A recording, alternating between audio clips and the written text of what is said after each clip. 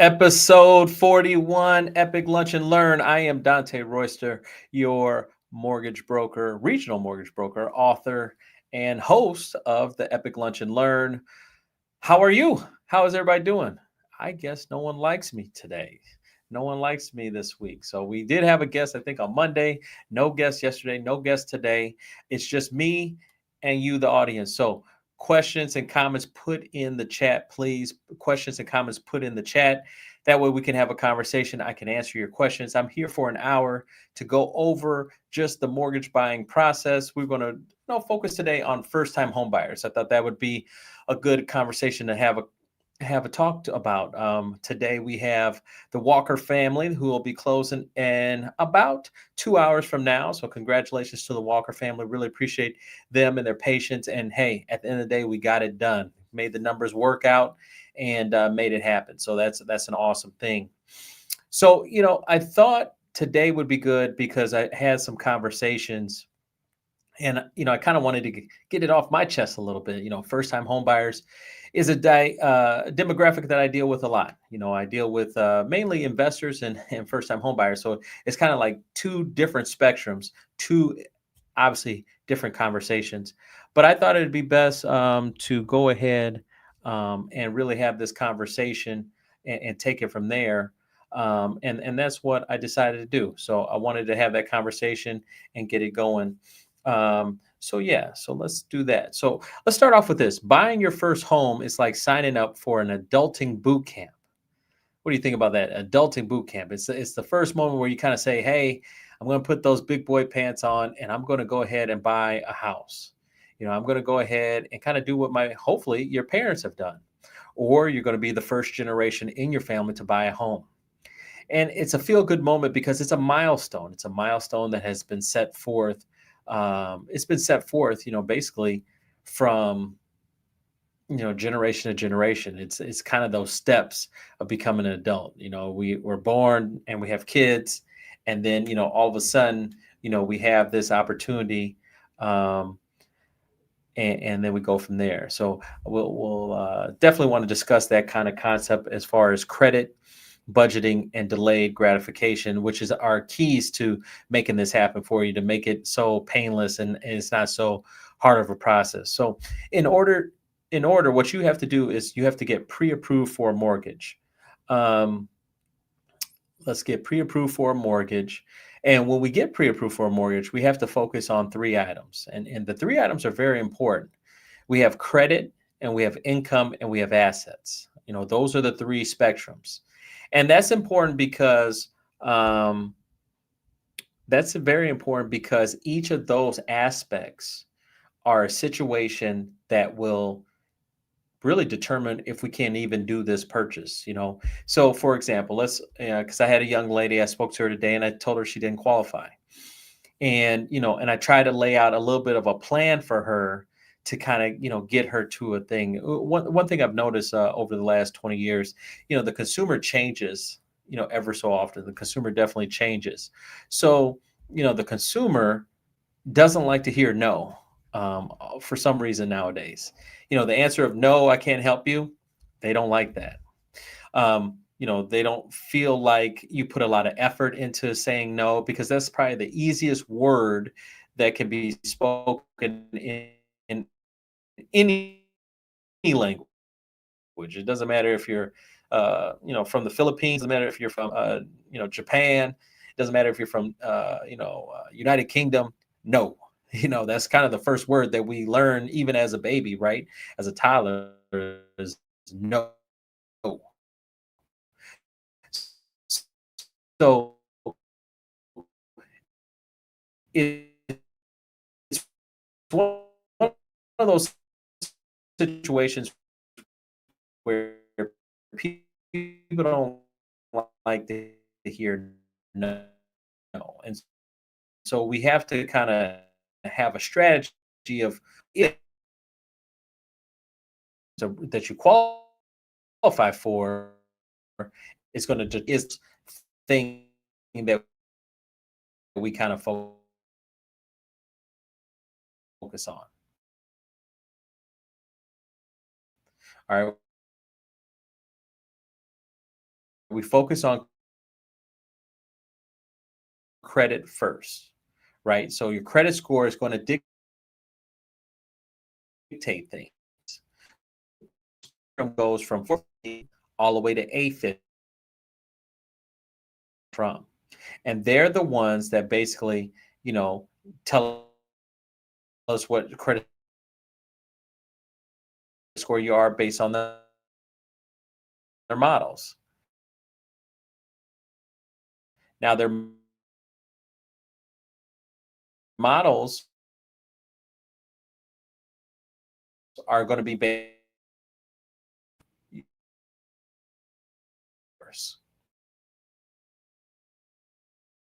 So if you have a 600, a 517, and a 500,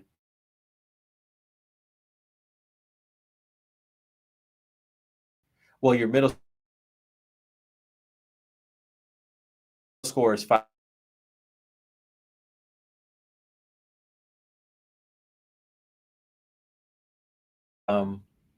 We can do potential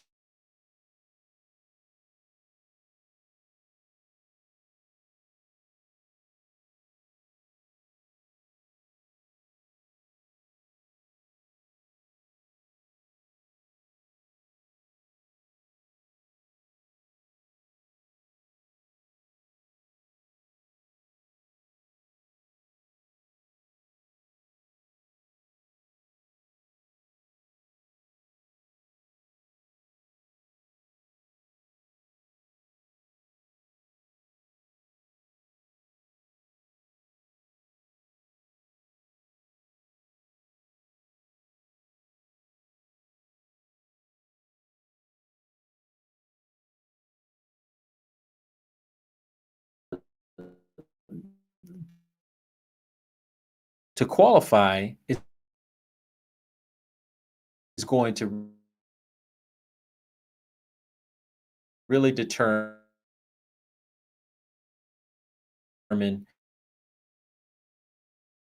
based upon your income. And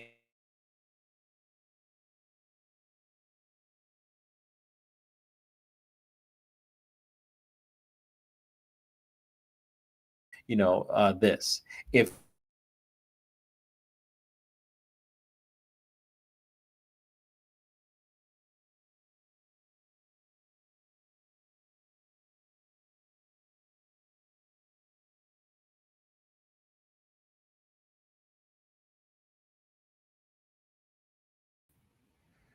and we'll take it from there. But yeah, so if you're self-employed, you may want, you tend to write off a lot on your tax returns. But writing off a lot affects your adjusted gross income. And then it doesn't, we can't help you necessarily on how much you qualify for. So we have to be mindful of that. But we do have alternative income programs that can maybe help out. And so then, but you can't be a first-time home buyer, have to use alternative income programs and then expect down payment assistance, or any type of potential grant programs. Those are kind of eliminated. Your specialty is that we can at least do the deal for you. So you should be happy about that type of thing when we use alternative income, because that's going to generally require anywhere from 10, 15, 20% down, probably 25% down, just depending on what you're buying and where your score is. And so it definitely, gives you the opportunity to purchase, but obviously there is a sacrifice that has to take place. So, ultimately, what we're looking to do is we're trying to help first-time home buyers, take advantage and buy their first piece of property, get out of mom and dad's basement, stop renting and start putting money towards, it's almost like a forced savings account. Because as you're paying down the mortgage, you're building this equity, and this equity that you potentially have, as we talked about yesterday, you have the ability to take it out of the walls, or one day maybe just sell the property, and then you take the proceeds and you can either buy a newer house, a bigger house, or you can take the proceeds and just put it in your bank account. So, doing, that is very important. So credit matters a lot, in determining what we can or cannot do. So when I'm speaking to a young lady and she has a 517 credit score, she had the money to put down, but she had lates on her credit report, relying, just kind of mismanagement. That's a budgeting issue, and that's mismanagement. And, the best thing I could say is, if you were lending out money,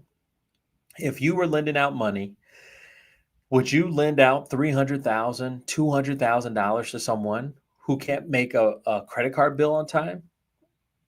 The answer is probably no, you wouldn't. You wouldn't do that. And so that's the same kind of decisions you have to look and lean on towards, these people out here, like, these lenders. They're looking at your credit report saying, hey, show me that you're financially responsible, that you're going to take on the biggest purchase of your life, and that you have the means to be able to pay me back. Right? Banks are in business to make money off the interest. They're not your friends. Let's make sure we're honest here. They're not your friends, but they're here to make money. They're here to generate money based on the interest, because they're going to stretch out this loan for 30 years, which reduces the payment overall versus, if it was due in 7 years, or if it was due in 10 years, if it was due in 15 years, right? A 15-year to a 30-year mortgage, generally speaking, is about a $500 to $700 increase in payment. So they reduce that and say, hey, 30 years. Now, if you're a Dave Ramsey fan, he says 15 years only. But nonetheless, most people will take a 30-year because they want the cheapest payment possible. And, so we have to make sure we're budgeting. I brought some stats in today. And like I said, please put in the comments. Now, one thing I noticed yesterday, too, if you're on Facebook, if you're listening to me on Facebook Live, I appreciate you. If you have inability to put into the chat, maybe you're not, you're not like an Epic Mortgage per se, but you see me and you want to ask me a question, go to the YouTube channel, Epic Spotlight. All you have to do is just go to the YouTube channel, Epic Spotlight. You can put your questions and comments right there. So, and that goes for LinkedIn. If you're struggling on LinkedIn to put a comment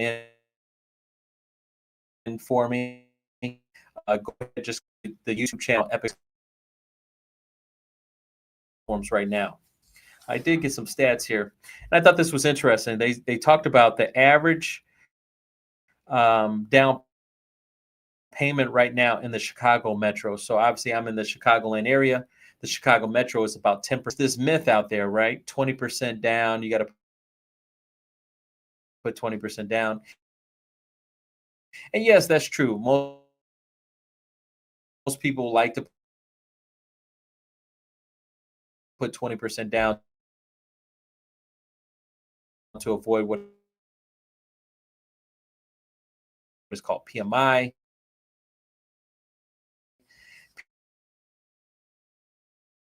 PMI is this additional insurance that you have to pay on your mortgage.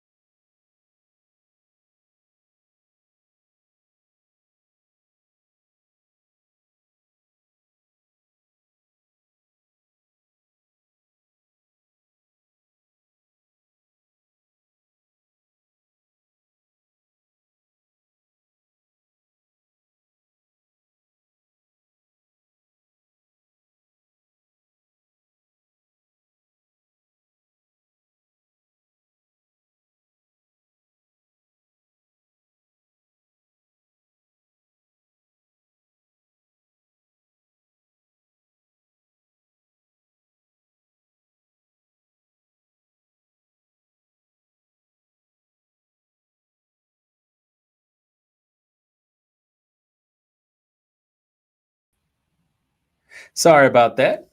I don't know. We had a little technical glitch. Getting back into it though, we're talking today about budgeting, first-time home buyers. I thought it was a good conversation. I had a couple people ask me questions, so apologize for any technical issues, but we're back. looks like we're on and moving forward. So, first time home buyers, once again, let me just kind of reiterate, I think I was a little stiff to start off with, but, credit, income, and assets, right? So CIA, credit, income, and assets are the three components that really determine whether you can buy. And, the thing is, it is fascinating how some people kind of just know this, from day one, and how others have no clue about this, so there is kind of that kind of birth lottery that ends up happening for most people, right? The birth lottery. Are you guys familiar with that?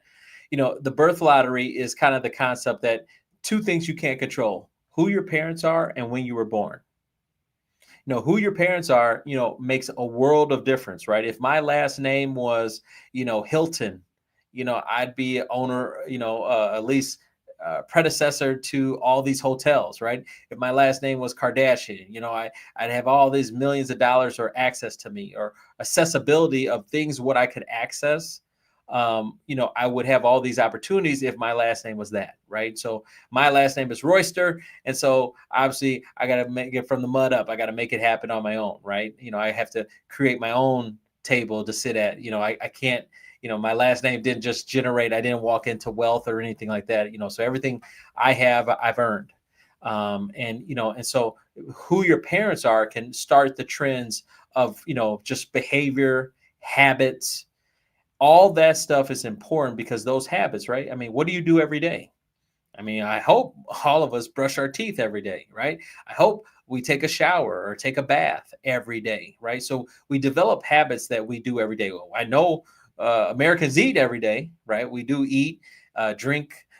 We don't always drink water, right? Some people don't drink water and stuff like that. But, every day we develop habits. And so one of the things that we have to do is develop good habits as far as our finances, right? And so if you're financially healthy, this process of buying a home should not be, inundated with a lot of road bumps and scares, but it is, depending on who your parents were, who's the people that could teach you, who was the mentor in your life that tapped you on the shoulder and showed you how to do it, that makes a big difference.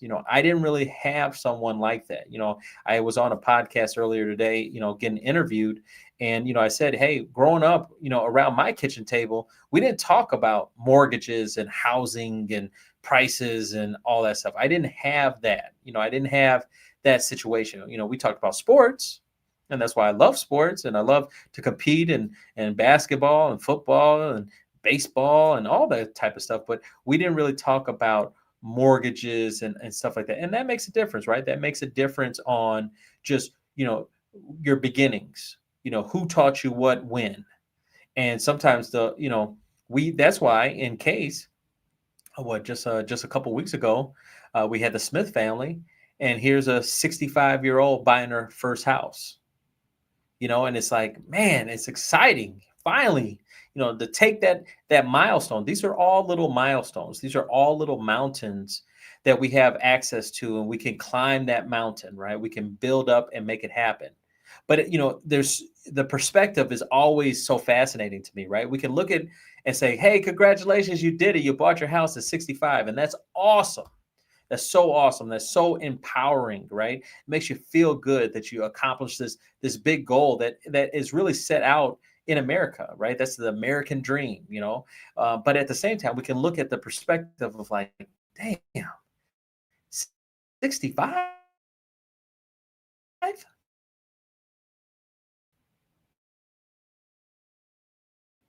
What happened at 25? That's 40. Sell, refinance, get money. You know, all those years were kind of gone. Because someone didn't plant that seed of how important buying a home was. Someone didn't plant that seed on what this could do as far as your life goes. Changing your life. So these mindset shifts that we all need in our lives to think bigger.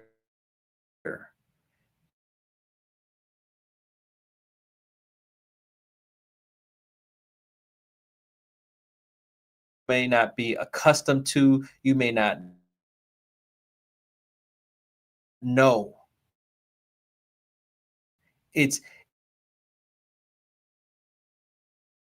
it's constant learning. There's got to be this extra thing, this extra, limb, so to speak. And the reality, there is no secret sauce when it comes to business. It is consistency and dedication.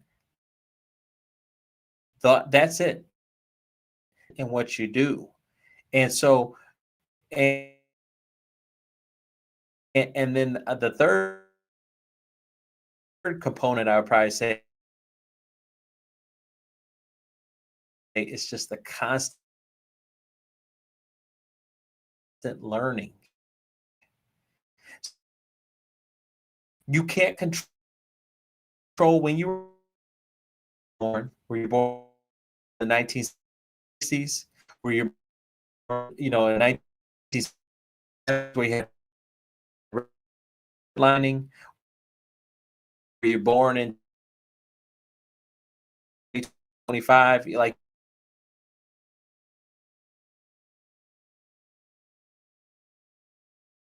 because I'm seeing darkness sometimes. I don't know if the technology is working as well as it has been, but today it's giving me a little grief. So hopefully you guys are hearing me. Appreciate everyone listening today. But we're talking about first-time home buyers, and we're just talking about where we come from, my part to help you walk that line. Definitely walk that line. So let me talk about here. So we were talking about budgeting.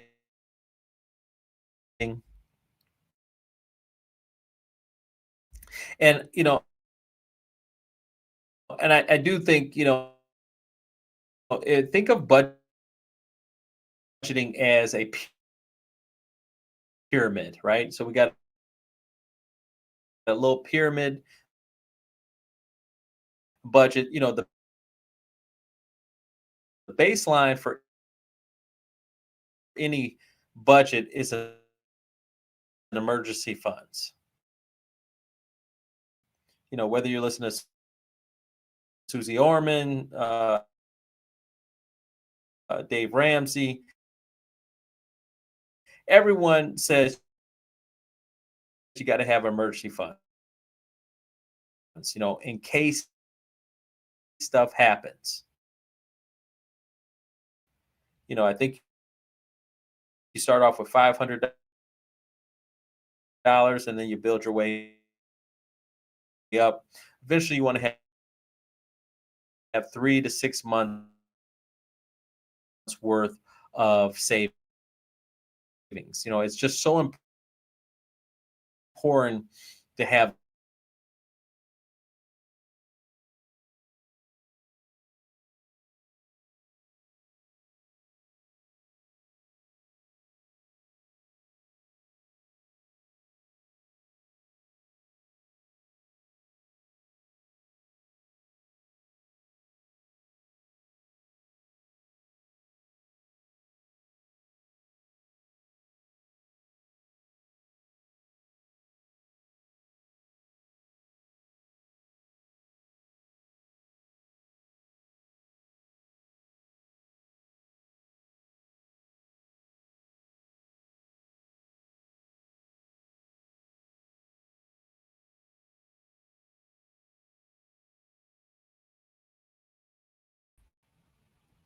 Yeah, we're back. I don't know where we left off, but we were talking about 75, 15, and 10. 75, 15, and 10. So 75% of every dollar that you make should go towards your lifestyle. Build out your lifestyle and take it from there. Another 15% of what you make should be for investing. It's important to invest. And then, we talked about, yesterday, episode 40, we talked about income bucket and the growth bucket. So the income bucket was based upon, just paying for your lifestyle. And what we suggested yesterday was make sure that you create a lifestyle that you want and then figure out how much money you need to make versus I'm only going to, this is how much I make, and then this is the lifestyle I can have. Force yourself and push yourself to, to do action, and make it the lifestyle. You only live once, make sure you make a lifestyle that you enjoy and you appreciate and you love. Okay. So, and then we talked about the growth bucket. So the growth bucket, like, hey, how should I do it? Well, at least 15%, in my opinion, should go towards, every dollar that you make. So 15 cents, or if you make $100, $15 should be invested, and allow that to grow and grow and grow and grow. And then, so in some degree, if you're making $100,000, $15,000 should be put away into just merely, in growing and let it do what it do. We know, obviously, if you had the discipline and consistency, $100 a month from age 25 to 65 would generate about $1.18 million or something like that. 1.1 million. So you could become a millionaire just putting $100 in, about 12% interest rate of return, every month consistently for 40 years. So it's not, and for most people, I mean, 25 to have $100 might be a little bit of a challenge, but I was there. So, I think a lot of people could have done it. Are you going to be consistent every month to do that?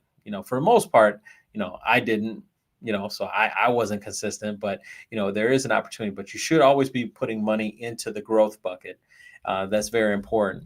And then, and then, so we were talking about the house fund pyramid. We talked about emergency fund, we talked about debt control, and then down payment. Obviously, putting that money in that growth bucket, you could take some of that out and obviously buy a house, or the 10%. Once you have an emergency funds, somewhere of 3 months, 6 months coverage, anything in additional can be taken out for the down payment and closing costs. Now, I'm going to give you the calculation, right? So a lot of people don't know this, and this is very important. So hopefully you're listening. When you're buying a house, you have a down payment, right? Your down payment is going to be based on your credit score. Credit scores dictate products and programs. So you're going to have a down payment, and then you're also going to have closing costs. Okay. And a lot of people, and we might have a segment on closing costs or another show, but closing costs, are title fees, setting up an escrow account, lender fees, processing fees, and now we have realtor fees. The realtors, are, they're in business to make money as well. And so now they used to get paid 100% from the seller. That changed in August of 2024. And so now the seller has a right to only pay a certain amount of money. And if your realtor wants to get paid a certain amount of money that exceeds that amount, then, that money will be added onto your closing costs. So it's another added component, and sometimes we don't know about it until, it's not something that we know always up front, because every house is different. Every seller is different. And so we don't know what these denominations are. So now you have down payment plus closing costs. What are closing costs? Lender fees, underwriting fees, title fees, setting up an escrow account, and now you have realtor fees. We have to add all those up. We minus out earnest money that you've already put up. Earnest money is like security deposit, just making a commitment that you're going to buy the house, minus any seller credits, minus any down payment assistance or grant programs, minus any tax preparations, equals what you'll have to bring to the table. Okay, so that's basically how it works as far as closing costs and what you're going to bring to the table. So shout out to the Walker family. They'll be closing today in a couple hours. First time home buyer, we walked them through the fire, and it, got a little dicey at the end because, the money was tight. And for most first time home buyers, the money is tight. It's a situation where you don't know how much you need really, and you're praying that you found the right team. the right team of individuals that can work with you, work together to make it happen. I'm a believer. I want to make it happen. I want to help you close and give you the opportunity that was given to me, that was given to so many others. I want to give you the opportunity of being a homeowner. Now, what you do from there is on you, but I'm going to give you that chance. I'm going to get you those keys. I'm going to let you walk through that door and make it happen for you. But what you do from there, that's on you. And that's, so you have to have good habits, because, I can't pay the mortgage for you. That's still on you. So you got to make sure it's a payment that you can afford, feel comfortable with. But I'm going to give you that opportunity. I'm going to do everything in my power to make it happen and give you that opportunity that you need and you want to be a homeowner. And it's powerful to be a homeowner because it gives you, for most, the first asset that you have. Unless you started stocks when you were 10 or 12 years old, more than likely, depending on your family dynamic, the first asset that you're going to have is a house. And it's powerful if used correctly. I want to bring a little chart on here. And let's see if I can dial it up a little bit. Thought this was a pretty cool chart that I had. It was where our money goes. And this is talking about budgeting. This talks about, everything that, we've been sharing about. And so they said 33%, it says knowing our spending habits is the first step to effectively managing money so we can achieve those goals and dreams we have for ourselves and our loved ones. And so this is kind of a financial happiness. It says, for most of us, that means being able to pay our bills on time and being debt-free. 90% of homeowners say they're happier overall since they bought a home. And that's the goal. That's the goal right there, is to make you happy. And so this is this is kind of a chart where, seeing where your money is allocated to. 33% goes to housing, 17% goes to transportation, 13% goes to food, 13% goes to other. 12%, what does that say? Insurance and pensions. 8% goes to healthcare, and 4% goes to entertainment. So that would be a great, healthy way to kind of look at, the chart right there. 33% of it going housing. So, to some degree, if you're making $100,000, we want to take, I got my trusty calculator here. That's 33,000. So 33,000 divided by 12 is 2,750. So in that case, if you're making $100,000 gross, you definitely don't want to go past 2,750 per month on a mortgage. All right. So that would give you kind of an idea, a way you can kind of work to see, hey, am I doing the right things? Based on how much income you have, multiply it and then divide it out by 12. And it can kind of give you a number to kind of stay comfortable with, overall. So, if you're making $100,000, or you and your wife, or you and the husband are making that, 2,750 is, would be kind of the max that you would want to have. And that would be taxes, insurance, and even HOA included as well. Okay. Right. So I thought that was good. And then it's been 34 minutes already. So here, let me do this housekeeping notes. Any comments or questions, definitely put them in the chart, in the chat line. Appreciate that. You guys are helping me out today. We'll have some guests definitely on next week. I know we got Randall Avery on Monday, and then we'll see who appears on Tuesday with me. But this episode today is sponsored by Epic Mortgage. Whether you're buying, investing, or refinancing, call Epic today. That's 708-905-5300. That's 708-905-5300. It's your dreams, your goals. Let's plan together. Now, if you need a blueprint, if you need a step-by-step playbook on how to turn your mortgage into a wealth building machine, whether you're a buyer, seller, or an agent looking to deliver more value than Zillow ever could, this guide can change your life. It's the Ultimate Mortgage Guide on Amazon. The Ultimate Mortgage Guide, made by me, written by me, Dante Royster. It's on Amazon.com. The Ultimate Mortgage Guide. Now, after the show, when the show is over, please go to Epic Spotlight on YouTube, the channel, Epic Spotlight. My latest interview is with Shawanda Hudson. Shawanda is a licensed clinical professional counselor and author of Sipping Your Own Tea. Discover powerful insights on overcoming trauma, breaking mental stigmas, and the real truth about therapy. Shawanda shares her journey from accounting to mental health advocacy, practical self care tips, and how to find the right therapist for you. Whether you're struggling, supporting someone, or just curious about mental wellness, this episode is packed with the actionable advice and hope, unlocking healing, trauma, therapy, and self care secrets with Shawanda Hudson. Sipping Your Own Tea. Check that book out as well. That's on Amazon as well, Sipping Your Own Tea. And that was with Shawanda Hudson. I had a great interview with her. Please check that out on the channel. Tomorrow we'll have another new episode tomorrow on the channel. So check that out.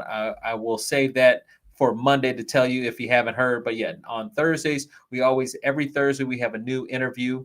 I'm trying to meet new people and talk to them and see what makes them tick and hopefully give you that information that you need to improve your life and be better. Whether it's, we talk about love, we talk about happiness, we talk about health, we talk about wealth. These are kind of the four pillars that, really are, important to me. And so I wanted to make sure that I shared it with you. And I'm learning on this journey, and I hope that you're learning something as well. So definitely check out those podcasts that come out on Thursdays. They'll be available tomorrow, the new episode. But Shawanda Hudson, had a great interview with her. Now we got some preferred listings. Now these are properties that are on the market right now. Love to help you get pre-approved with them. Love to help you, take advantage of these opportunities, whether it's an investment property or a primary residence. You can always reach out to me, 708-905-5300, or my email address is Dante, DANTE, at epic.mortgage. So you can always reach out to me, let me know if you have a scenario or a question, and I can definitely help you out. We have 6945 South Dorchester Avenue, Unit 2S, Chicago, Illinois, going for $149. It's a condo. Contact Evelyn Woods, 773-718-9742. We have 548 East 50th Street, Unit 3, Chicago, Illinois. It's a 3-bed, 2-bath, going for $269.9. Contact Jessica Roberson, 708-518-8120. We have 2030 East 72nd Place, Unit 3D, Chicago, Illinois. It's a 2-bed, 1-bath, going for $109. It's contact Evelyn Woods, 773-718-9742. We have 12673 Simbay Court in Jacksonville, Florida. It's a 4-bed, 3-bath. It's a new construction, going for $374,990. Contact Sharday Nix, 904-520-8041. We have 12707 Simbay Court, Jacksonville, Florida, going for $378,990. It's a 4-bed, 3-bath. Contact Sharday Nix, 904-520-8041. We have 16029 Circle Drive, Markham, Illinois. It's a 3-bed, 1-bath, going for $109,900. Contact Keith Terry, 773-655-1360. And we have 412 North Ridgeland Avenue in Elmhurst, Illinois, going for $410,000. It's a 3-bed, 1-bath.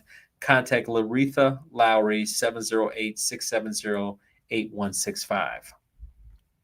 So we talked about budget, how budgeting is important. We've also talked about, credit readiness, making sure that you're credit ready. Down payment strategies is something that we, must focus on. But let's go to some of these questions and take it from there.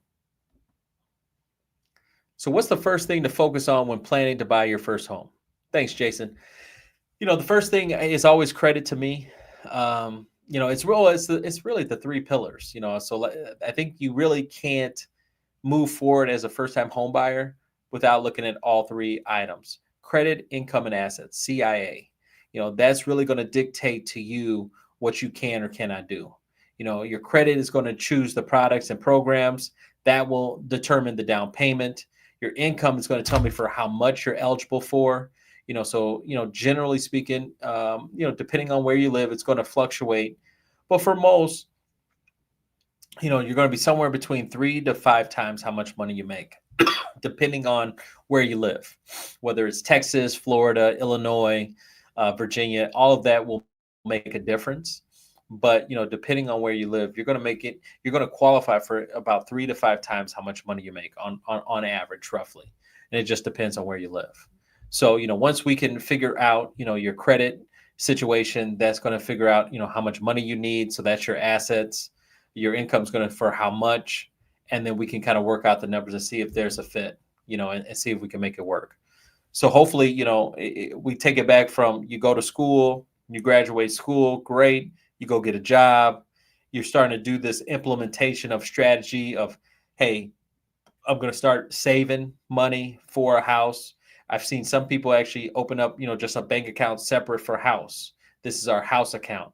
And so they'll put in their 100, 10, 20, $300 every time they get paid into that and let that build over time, and they don't touch it, right? So some people will separate, bank accounts, which is a good idea. Sometimes you have, here's my vacation account, here's my house account, here's my, starting a business account, and then just let it grow, and then you need enough. But it will fluctuate and vary based on what you have. So, right now in this day and world, the best play is always going to be go ahead with what I would say, I just kind of lost my train of thought there, is always pre-plan strategy. So don't you want to pre-plan, you want to have a strategy in play and figure it out from there. Working with a licensed person like myself is always a way to go. And I appreciate, the question. So that's a good one. We'll go to the next one. Is it better to save for a bigger down payment or pay off debt first? Good question. I'm always a person, like, if I'm pulling your credit, right? If I'm pulling your credit and I say, hey, and I look at your income and I say, hey, you qualify for 300,000, then the play to me would be to save, for a bigger down payment. But see, I don't think you need to pay off debt. If I already qualify you for a number that is going to work, then really no debt is going to help unless you're looking to pay off something to increase what you're qualified for. So let me say it in a different way. If I pull your credit and your score is only your credit and your income only qualify you for 180, and then you say, oh, okay, that's not enough, I really need to be at 225, and you say, what should I do first? Then I would say pay off debt first versus actually saving up for a bigger down payment. So for every $10,000, a payment is only going to change about $60. So you're actually going to see more of a movement on what you qualify for by paying off debt before actually increasing your down payment. So that was the way I would kind of handle that. So I would always look to pay off debt first once you see what you qualify for and take it from there. So that would be the play to make on that. Next question. What credit score range should buyers aim for before applying? Really, it's a starting point, right? I mean, ideally, you want to be 700 or greater. I mean, once again, credit scores are a grade that you kind of receive in the finance world. So 850 is the highest credit score you can have. And they have 3 different bureaus based on the information that's being provided. Not every, most creditors obviously, will give all their information to all 3 bureaus, but not all of them, especially if you get into delinquency or you have a credit challenge or something, you dispute identity theft, sometimes they'll only show up on 1 bureau. So, ideally, you're 700 or better, because that means you're paying your bills on time, you're minimizing the ratios, right? From, limits and high, limits, credit limits versus balances. So you always want to try to have the highest credit scores possible. But if you don't, it's not the end of the world. I mean, it's kind of a starting point. Some people don't know what they don't know. Or sometimes, I have a young lady right now that I'm working with, and, I've known her for some time, right? And I know when, maybe she would even say she was a little wayward, right? She just had no sense of direction. We all kind of have that, right?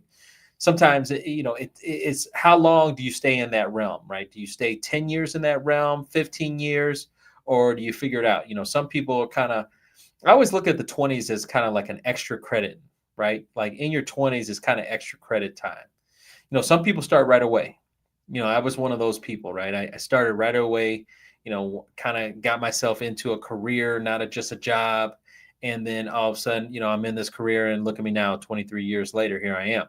But some people in their 20s, started Children's Place. Nothing wrong with Children's Place, but, department store, retail store, just trying to figure themselves out, just trying to find their way. I think I talked to a guy who's young guy in his early 20s, and he's he's working at an ice cream parlor.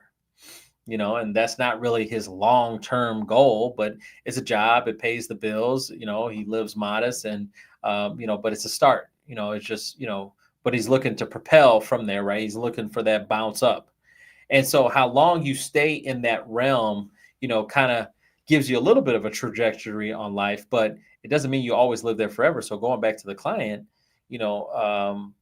fast forward 20 years, man, I remember when she was in her 20s, kind of floundering, not really deciding yet on what she's going to do. But now she's making $135,000 a year, an executive doing well, who would have thunk, right?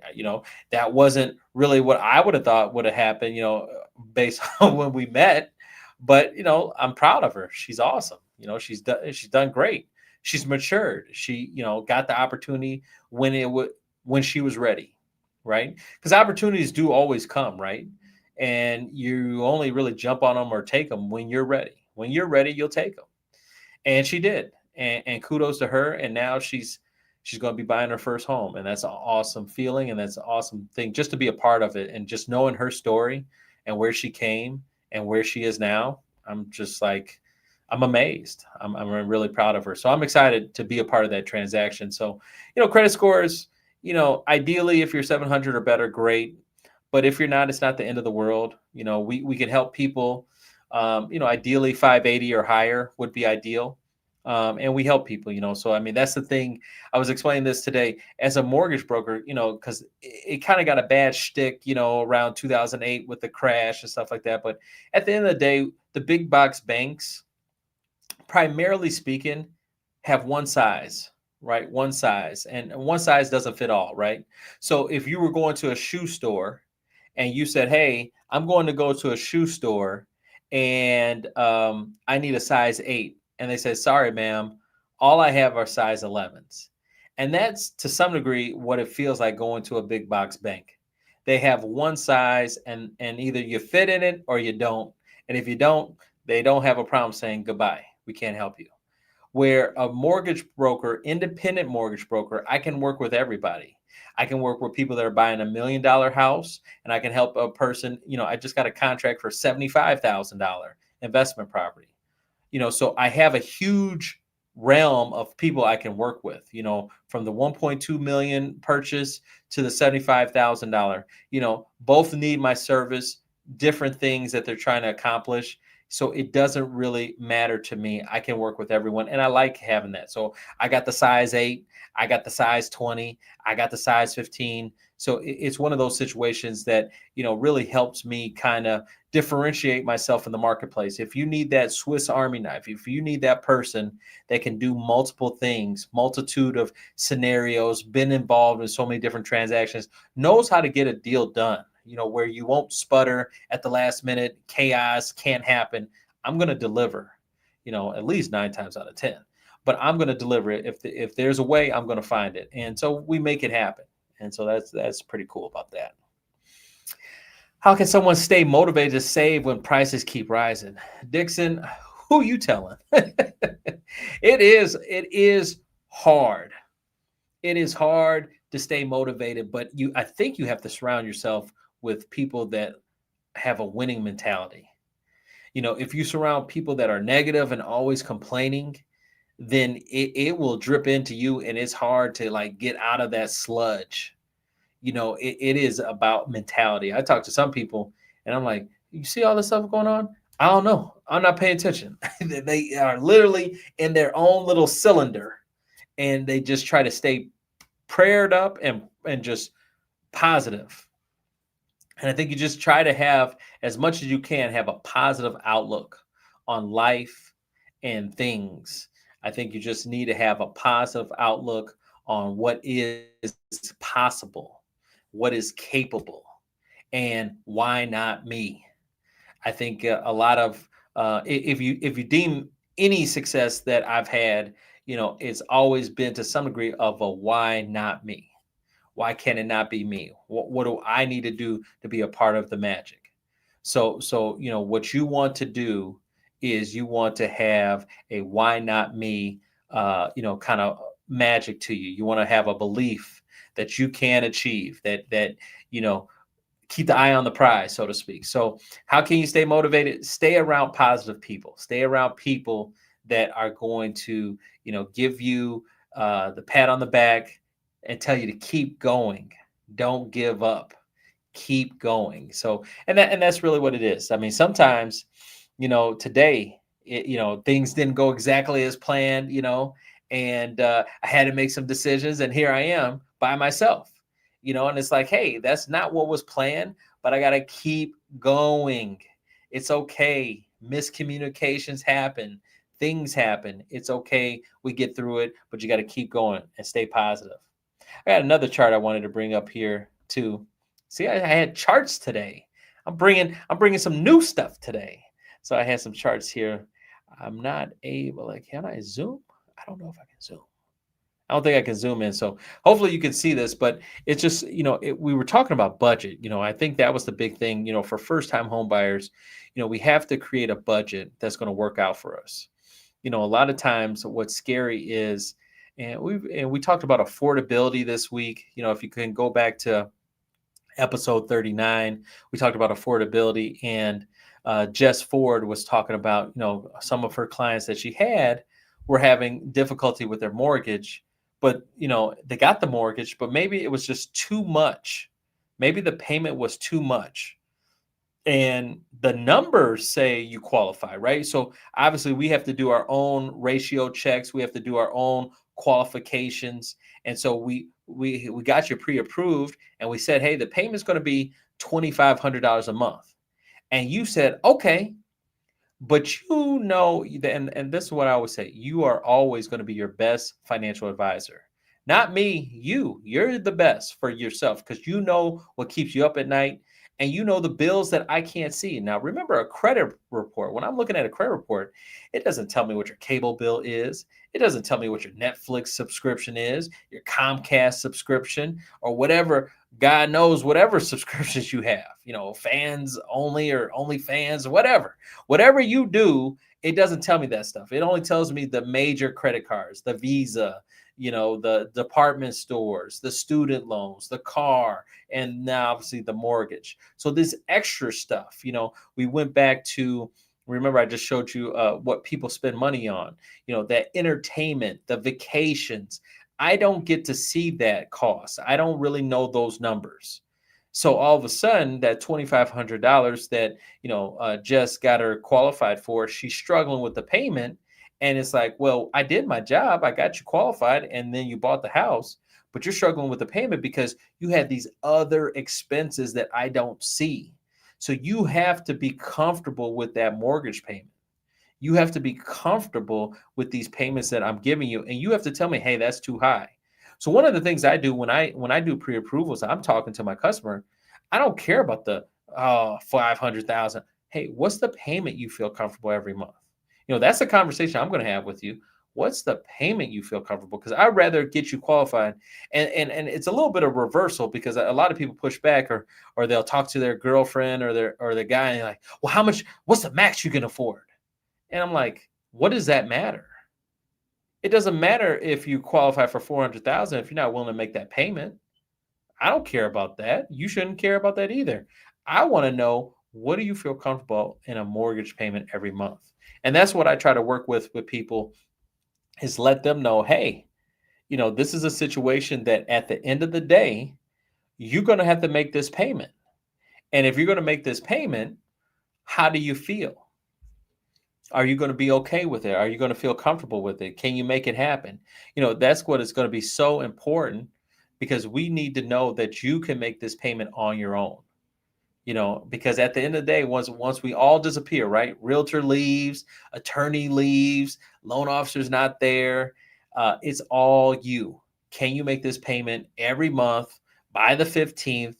So no late charge, and before 30 days, so they don't mark you down as a 30-day late.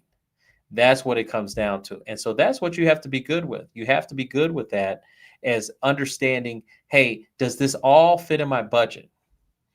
Does this all fit in my budget? I'll take this one off. Let me go back here.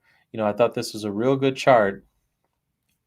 And these are exercises that you have to do. That was kind of another thing I said this morning was, continuing education. I was one of those people, and I don't know how many people are out there like me. I graduated from college. I thought it was over. I don't need to read a book again. What do I need to do that for? I graduated college. It was obviously it was ignorant, but the concept was I thought I did this stuff because I had to go to school.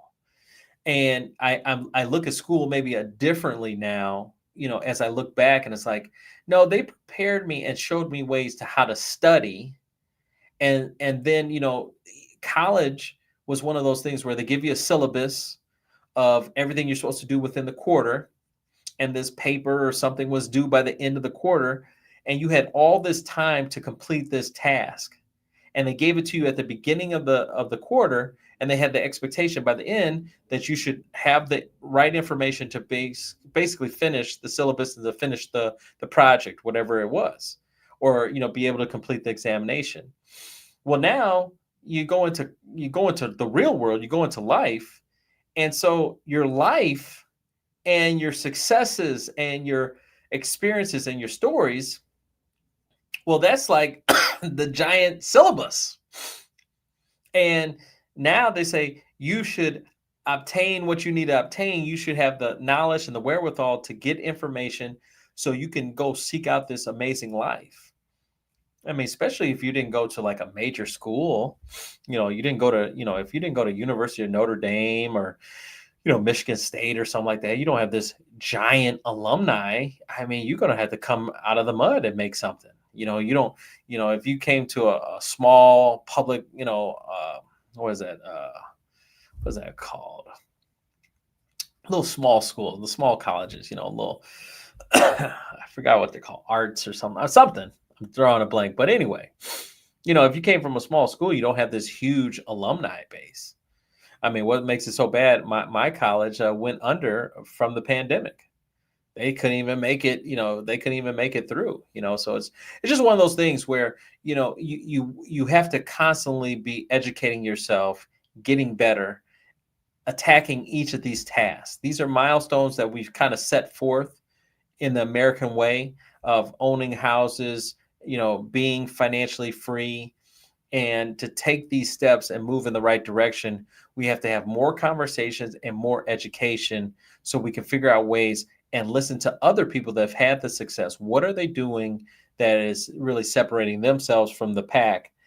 Because, to some degree, there is a level of a reality of kind of the haves and the have-nots.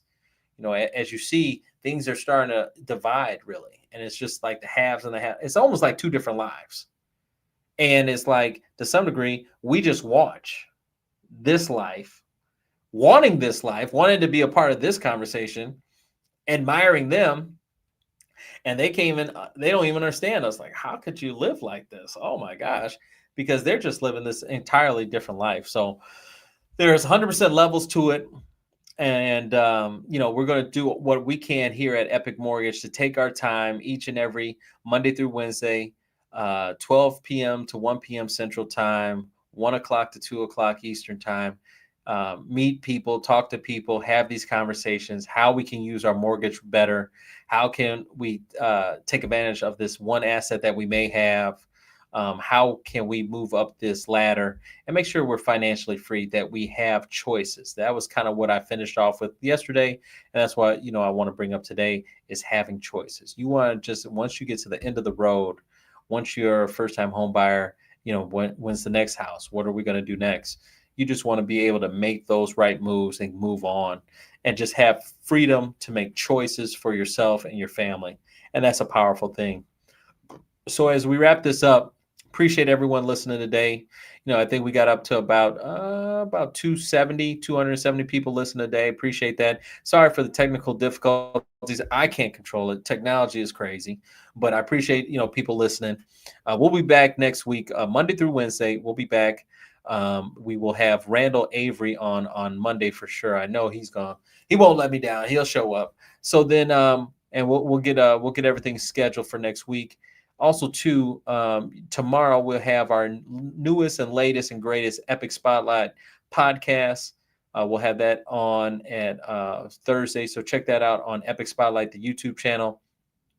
If you want to sign up for my newsletter, I have a newsletter that comes out Fridays at 5 o'clock. Go to DanteRoyster.com. DanteRoyster.com. My name's right there on the bottom side, so you can see that. So DanteRoyster.com. You can sign up for my newsletter. We'll get you on there. I give you more tidbits about the market. I also have my monologue on Fridays. Fridays on the Epic Spotlight channel, I have my monologue.